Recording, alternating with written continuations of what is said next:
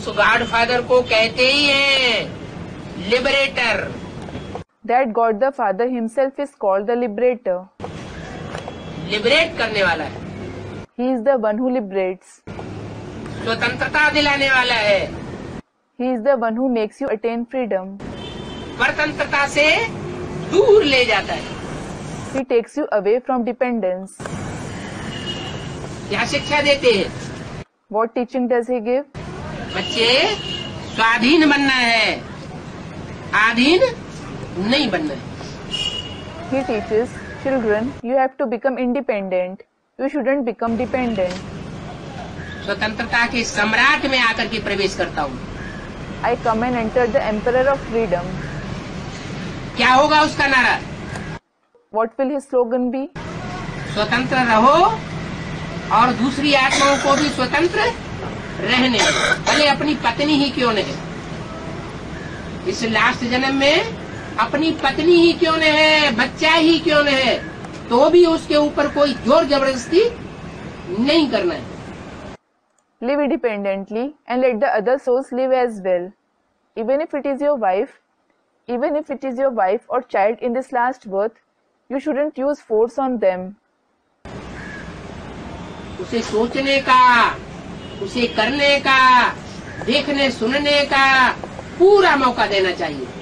तब कहेंगे रूहानी बाप के रूहानी बच्चे। You should give them the full opportunity to think, act, see and listen. It is then that you will be called a spiritual child of the spiritual father. अगर बाहुबल का प्रयोग करते हैं, धनबल का प्रयोग करते हैं, अपने मान मर्तबे का प्रयोग करते हैं, उन बाल बच्चों बीवी को कन्वर्ट करने के लिए, अपने जैसा बनाने के लिए, तो रूहानी बच्चे नहीं है। If you use physical power, the power of wealth or the power of your honor and position in order to convert your children and wife to make them like yourself, you aren't a spiritual child.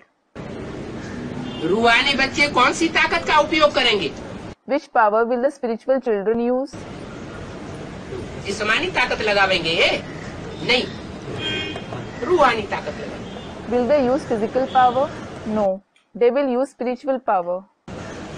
कब साबित होगा ये आत्मा आत्मा भाई भाई है? Then it will be proved that they are souls who are brothers among themselves.